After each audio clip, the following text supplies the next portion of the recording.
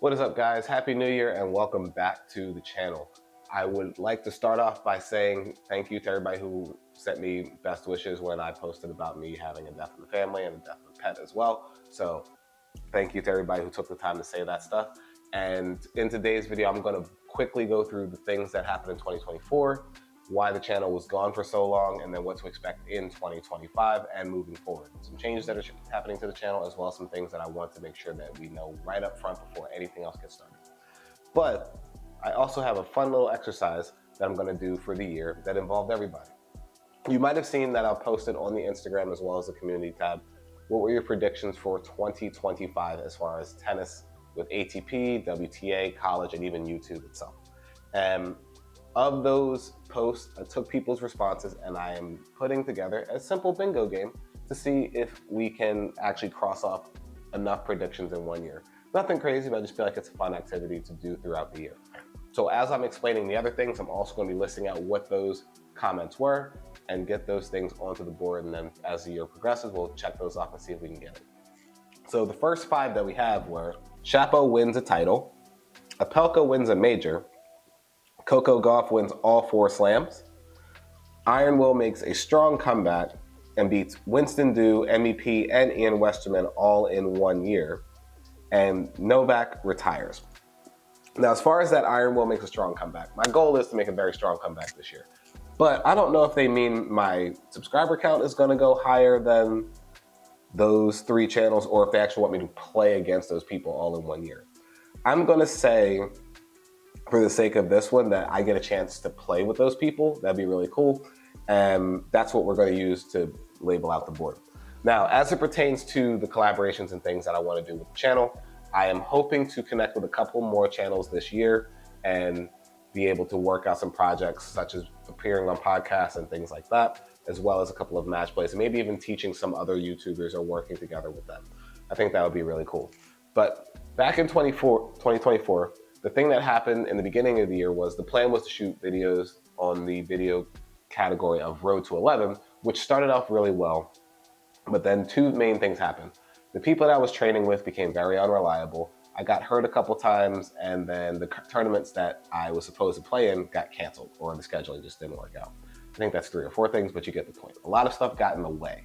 So this year, with Road to 11 Season 2, I am just going to tell you guys up front that I will post as often as possible, but you may see some return faces, such as a couple of matches against the same person, but I'll try to make things more dynamic, like changing the rules, or maybe we'll have a practice day or something like that. I just need to get people that are reliable in order for my practice to stay consistent. If I keep trying to change everybody up, they all kind of flaked on me by about midway through the season. And then as you guys can see, the Road to 11 stuff did not get posted the way it was supposed to. And I was training, but I felt like it would be boring content for you guys. The next 5 are Fonseca moves into the top 50, which I feel like he's very capable of doing. Ben Shelton wins his first major. Different women win each major. Zverev gets his first major, and Iron Will breaks 30K. I would love for that last one to happen. I would love to go even further than that, but that's required by me to just make sure I push the content out very consistently. But that would be something that is on me, as well as obviously the people that watch the channel need to kind of help get it going out there. Fonseca is having a great 2024, so I hope he can take that momentum and go into 2025. I don't see him not being able to break the top 50 as long as he stays consistent. Novak retiring is an interesting one though, because he's still always in the running, so you don't really know when he's going to feel like he can't be in the running anymore. So on to the next thing. As far as the teaching content is concerned, one thing that I want everybody to be aware of when I'm putting out the teaching content is that I put out the teaching content in a very specific way with a very specific purpose. I don't try to do teaching just for the sake of teaching. There are tons of videos on how to hit a forehand, how to hit a backhand, how to move. The videos that I put out, I try to be very specific on things that I haven't heard people say the way that I've said them, or things that I haven't heard people cover at all. So if you look at a bunch of the videos that I have that have done well, the reason that is because you might not have heard it before. So for example, I did a video which was talking about cutting your errors in half, where I talked about being able to read the bounce of the ball and how it's hitting you where your technique doesn't actually matter as much as you just reading how the ball's striking your body. Most people said they'd never heard that before, and that's because that type of video had not been done up until that point. So I don't put out teaching content just to teach. If you guys have questions that you want me to answer, I make videos to answer those questions, for example, but I don't put out my own videos unless I feel like I'm covering something that may not have been broken down the way I would like to break it down. So this year I want to become more consistent with that, but it's going to take me some time to get some topics in the bank and make sure that I teach those things the way I want to teach them, because I also want them to be engaging and dynamic. Maybe I'll have a hitting partner sometime, but I don't want to do a ton of ball machine videos, for example. So that's another reason why the teaching content didn't hold up towards the end of the year, because I just felt like it was very repetitive. But I have some things I'm going to do this year to kind of change that. And breaking 30K, that's definitely happening. Next 5, collaboration with Simon Front. I would love for that to happen. I actually have talked to Simon a couple of times when he was in the country playing tournaments and such, but I haven't connected with him as far as the channel's concerned. So I think that might be something that might be possible. I know that he actually recently retired, so I think he has more time on his hands. We'll see if I can make that happen. Revenge against Dill plays. That's another thing that needs to happen. Me and Dill played twice. Both times I felt like I let the situation get to me.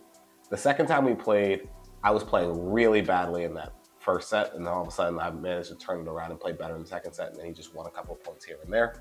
But I definitely got to get another shot at Dill if the schedule allows this coming year. Iron Will is featured on Winston Do. I'm down for that. Actually, I have Winston's phone number. I should call him and see if we can make that happen. But he hasn't asked me, and I also have not been into Southern California in quite some time, so it would have to make sense to actually make the trip. But we'll see if we can pull it off. Iron Will does 50 videos. That's optimistic, but I'm gonna try. At least 50 videos. There's 52 weeks or so in a year. I think I can do that if I do two a week every now and then throw one up consistently. I should be able to pull it off, but no promises. I will definitely try. 1, 2, 3. 1, 2, 3, 4. And Novak wins his 25th. So interestingly enough, we have two things. Novak retires and Novak wins his 25th. So both could happen, but I think it'd be difficult for him to do one with the other. Moving on to another topic that I want to make sure I get covered. When I am putting out this content, people have been saying, Will, you should do a channel members area. And I would love to do that, but I want to make sure that the content that I'm doing on the channel is consistent enough that I feel like I can actually give people who do the membership something extra. It would suck for me to have people that are expecting something and I can't provide it consistently. So I do intend on doing a channel members thing soon. I don't want to do a Patreon or anything like that, but I do plan on doing a channel members thing so maybe I can interact with you guys more or help you guys out with your game and your technique. But I want to make sure that the content's being pushed out consistently first before I add another thing onto the plate to then fall off if things don't work out the way they're supposed to. All right, the next 5. Alcaraz takes the Australian Open for the career Grand Slam. I think that is very possible. I think it's only a matter of time before he does it as long as he stays healthy, but it'd be cool if he did it this year. An American wins a major finally. That would be great because it's been since Andy Roddick still, I believe, and that is a long countdown. Taylor Fritz had a couple chances, but we gotta hope that somebody can do it. 5 Americans get into the top 20. I feel like that's doable. We have a lot of Americans that are playing really well. They just all have to play well at the same time. Because I think we have, as of right now, there's Taylor Fritz, there's Francis, there is Tommy Paul, Ben Shelton. I think Sebastian Korda might be just outside the top 20. And I don't know where Marcos Giron is, but I know like Mickelson is playing well. So they all just need to kind of play well at the same time. And I think there'd be a good shot that we could get 5 inside the top 20 by the end of the year, or at least at some point during the year. I think that would be really cool. And that's an accomplishment for America because like most of the time it's very European dominated overall. So it'd be cool to get a different country that has like a quarter of the representation in the top 20. Somebody actually said a YouTube doubles match between me, Carousel, Simon Frun, and Felix from Tennis Brothers. I think that would be a really cool collaboration of multiple channels all at once. I don't know how we would work it out where it shows up on YouTube. It might be like the first few games go here and there or what have you, but I think it'd be a really cool concept. We might be able to work it out where it's like we do different things and then just one video shows up on each channel, but who's to say? I think that's a really cool idea. I'd love to see that pulled off.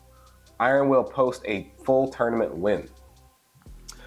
If the schedule allows, then that is something that's very possible, and I'm hoping that I can get to that. But it all depends on the schedule allowing it and me staying healthy, because that's the thing that took me out a lot last year. Injuries and sickness for whatever reason. I've never been that hurt or that sick before. It was very consistently that something like that was happening. And then we have our last 5.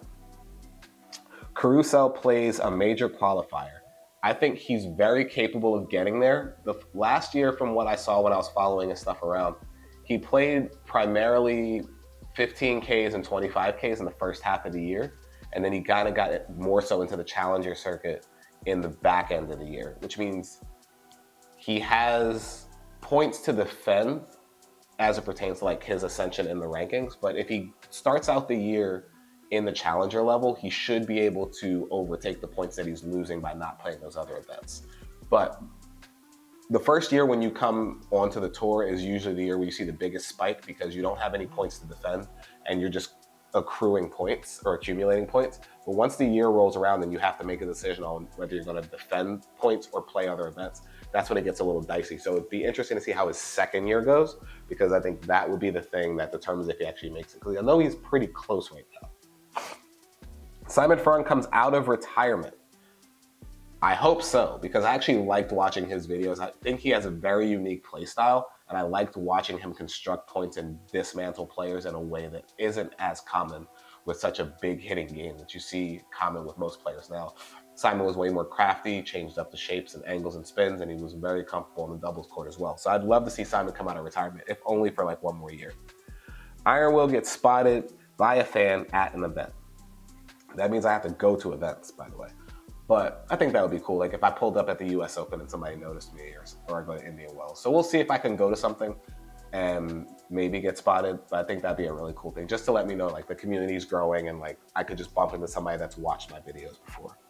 Osaka gets back to #1 in the world. She's playing really well right now. I think with the whole thing of her having a baby and then coming back on tour, it's hard in general because only a couple of women have successfully done it.